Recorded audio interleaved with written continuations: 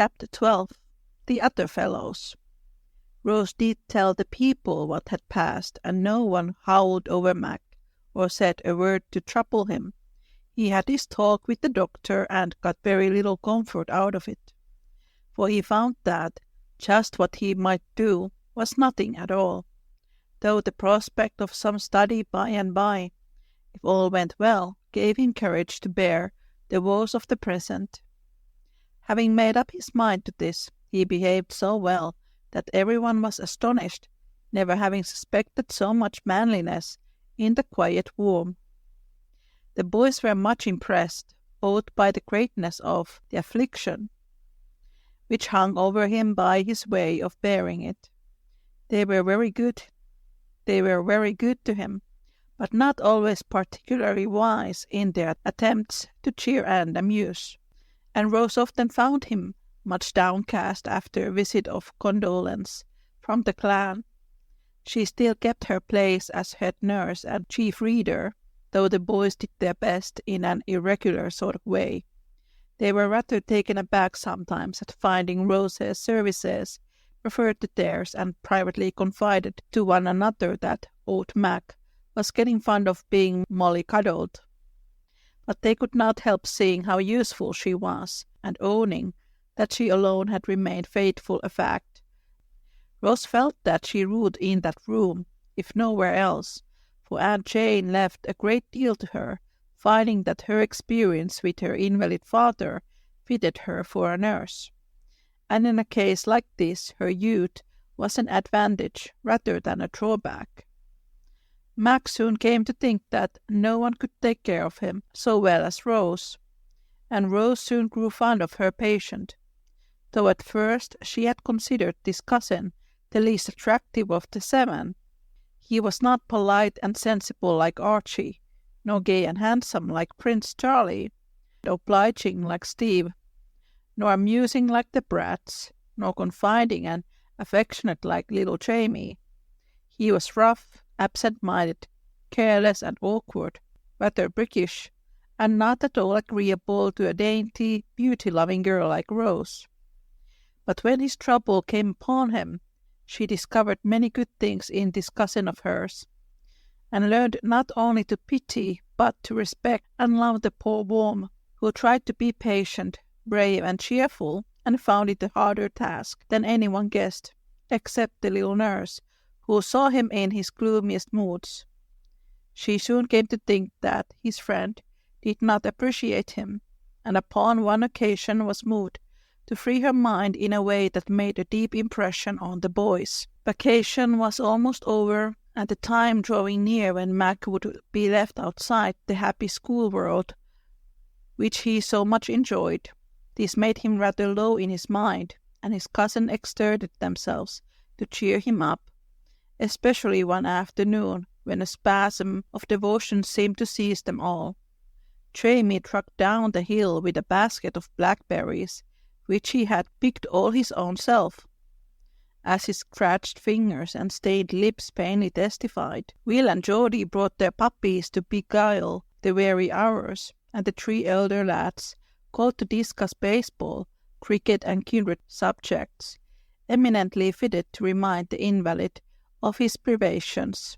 Rose had gone to try with Uncle Alec, who declared she was getting as pale as a potato sprout, living so much in a dark room, but her thoughts were with her boy all the while, and she ran up to him the moment she returned to find things in a fine state of confusion. With the best intentions in life, the lads had done more harm than good, and the spectacle that met Nurse Rose's eye was a trying one.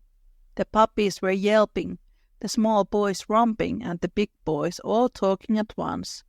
The curtains were up, the room close, berries scattered freely about, Mac's shade half off, his cheeks flushed, his temper ruffled, and his voice loudest of all, as he disputed hotly with Steve about lending certain treasured books which he could no longer use.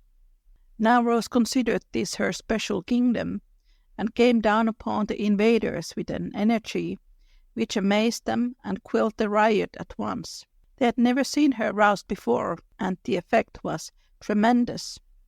Also comical, for she drove the whole flock of boys out of the room like an indignant little hen defending her brood. They all went as meekly as sheep.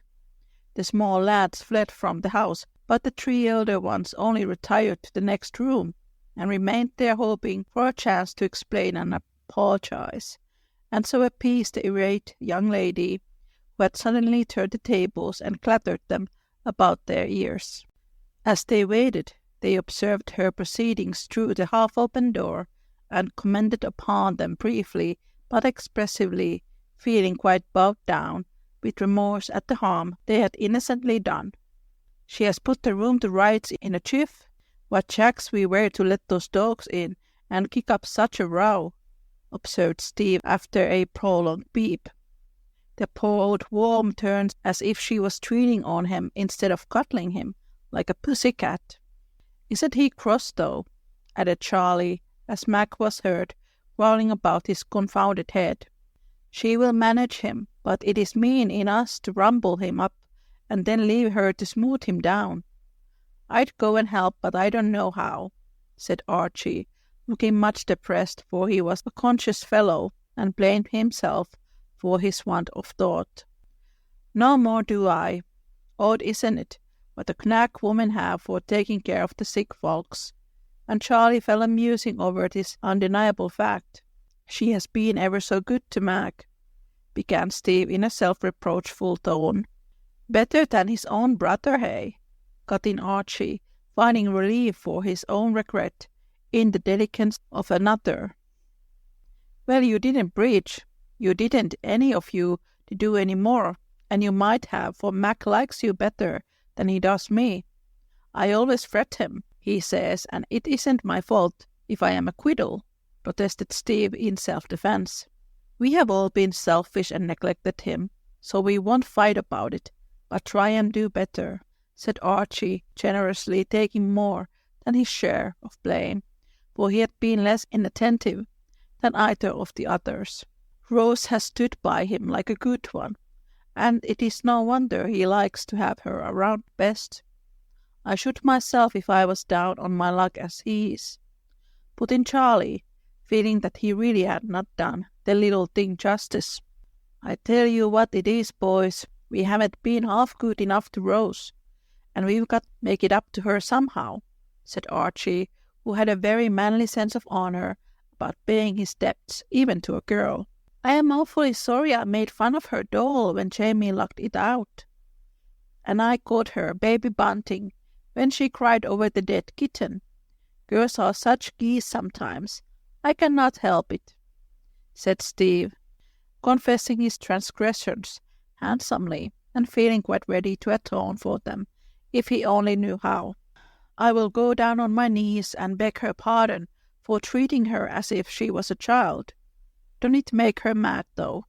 Come to think of it, she is only 2 years or so younger than I am, but she is so small and pretty. She always seems to like a dolly to me," and the prince looked down from his lofty height of 5'5" as if Rose was indeed a pygmy beside him. "That dolly has got a real good heart, and a bright mind of her own, you'd better believe. Mac says she understands some things quicker than he can, and Mother thinks she is an uncommonly nice girl, though she don't know all creation." "You needn't to put on airs, Charlie, though you are a tall one, for Rose likes Archie better than you. She said she did because he treated her respectfully. Steve looks as fierce as a gamecock. But don't you get excited, my son, for it won't do a bit of good. Of course everybody likes the chief best. They ought to, and I'll punch their heads if they don't. So calm yourself, dandy, and mend your own manners before you come down on other people's." Thus the prince with great dignity and perfect good nature, while Archie looked modestly gratified with the flattering opinions of his kinsfolk, and Steve subsided, feeling he had done his duty as a cousin and a brother. A pause ensued, during which Aunt Jane appeared in the other room, accompanied by a tea-tray sumptuously spread, and prepared to feed her big nestling. As that was a task she allowed no one to share with her, If you have a minute to spare before you go, child, I wish you would just make Mac a fresh shade. Hello, friends. It is Niina from the Little Woman podcast. Just to let you all know that the Little Woman podcast episode transcripts are now available as books. You can find them as paperbacks and ebooks. They are wonderful reading for all the fans of Louisa May Alcott. You can find all the links from the description. And now, back to the show. This has got a berry stain on it, and he must be tidy, for he is to go out tomorrow, if it is a cloudy day, said Miss Jane, spreading toast in a stately manner, while Max sloped his tea about without receiving a word of reproof. Yes, Aunt, answered Rose so meekly that the boys could hardly believe it could be the same voice which had issued the stern command, "Out of this room, every one of you," not very long ago. They had not time to retire without unseemly haste before she walked into the parlour and sat down at the work-table without a word. It was funny to see the look in the three tall lads cast at the little person sedately threading a needle with green silk. They all wanted to say something expressive of repentance, but no one knew how to begin, and it was evident from the prim expression of Rose's face that she intended to stand upon her dignity till they had properly abased themselves. The pause was becoming very awkward when Charlie, who possessed all the persuasive arts of born scapegrace, went slowly down upon his knees before her, bit his breast, and said in a heartbroken tone, "Please forgive me this time, and I'll never do so any more." It was very hard to keep sober, but Rose managed it, and answered gravely, "It is Mac's pardon you should ask, not mine, for you haven't hurt me, and I shouldn't wonder if you had him a great deal with all that light and racket, and talk about things that only worry him." "Do you really think we've hurt him, cousin?" asked Charlie, with a troubled look, while Charlie settled down in a remorseful heap among the table legs. "Yes, I do, for he has got a raging headache, and his eyes are as red as this emery back," answered Rose, solemnly plunging her needle into a fat Flanders strawberry. Steve tore his hair, metaphorically speaking, for he clutched his cherry stopknot and widely disheveled it, as if that was the heaviest penance he could inflict upon himself at such short notice. Charlie laid himself out flat, melodramatically, begging someone to take him away and hang him, but Archie, who felt worst of all, said nothing, except vow within himself that he would read to Mac till his own eyes were as red as a dozen emery bags combined. Seeing the wholesome effects of her treatment upon these culprits, Rose felt that she might relent and allow them to gleam of hope.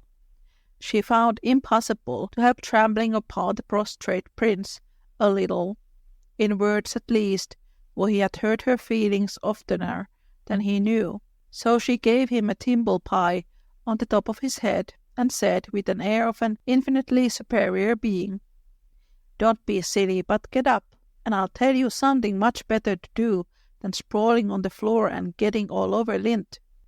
Charlie obediently sat himself upon a hassock at her feet. The other sinners drew near to catch the words of wisdom about to fall from her lips, and Rose, softened by this gratifying humility, addressed them in her most maternal tone. "Now, boys, if you really want to be good to Mac, you can do it in this way. Don't keep talking about things he cannot do, or go and tell what fun you have had batting your ridiculous balls about. Get some nice book and read quietly. Cheer him up about school and offer to help him study by and by. You can do that better than I, because I am only a girl and I don't learn Greek and Latin and all sort of headachy stuff." "Yes, but you can do heaps of things better than we can. You have proved that," said Archie with an approving look that delighted Rose, though she could not resist giving Charlie one more rebuke by saying with a little brittling of the head and a curl of the lip that wanted to smile instead, "I'm glad you think so, though I am a queer chicken." This catching remark caused the prince to hide his face for shame, and Steve to erect his head in the proud consciousness that this shot was not meant for him. Archie laughed, and Rose, seeing a merry blue eye twinkling at her from behind two brown hands, gave Charlie's ear a friendly tweak and extended the olive branch of peace. "Now we all be good and plan nice things for poor Mac," she said, smiling so graciously that the boys felt as if the sun had suddenly burst out from behind a heavy cloud and was shining with great brilliancy. The storm had cleared the air, and quite a heavenly calm succeeded, during which plans of a most varied and surprising sort were laid. For everyone burned to make noble sacrifices upon the shrine of poor Mac, and Rose was the guiding star to whom the others looked with most gratifying submissions. Of course, this elevated state of things could not endure long, but it was very nice while it lasted, and left an excellent effect upon the minds of all when the first ardor had subsided. "There, that is ready for tomorrow, and I hope it will be cloudy," said Rose, as she finished off new shade, the progress of which the boys had watched with interest. "I'd bespoken an extra sunny day, but I'll tell the clerk of the weather to change it. He's an obliging fellow, and he'll attend to it, so make yourself easy," said Charlie, who had become quite perky again. "It is very easy for you to joke, but how would you like to wear a blinder like that for weeks and weeks, sir?" And Rose quenched his rising spirits by slipping the shade over his eyes, as he still sat on the cushion at her feet. "It is horrid. Take it off, take it off. I don't wonder the poor old boy has the blues with a thing like that on." And Charlie sat looking at what seemed to him an instrument of torture, with such sober face that Rose took it gently away and went in to bid Mac good night.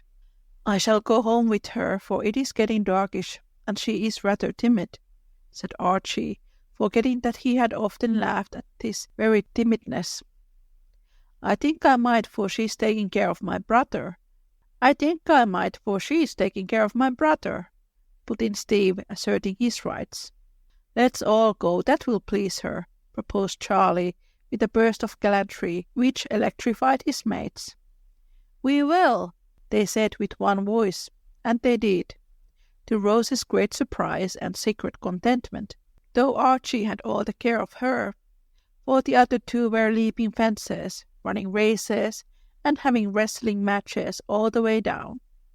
They composed themselves on reaching the door, however, shook hands cordially all around, made their best bows, and retired with great elegance and dignity, leaving Rose to say to herself with girlish satisfaction as she went in, "Now that is the way I like to be treated."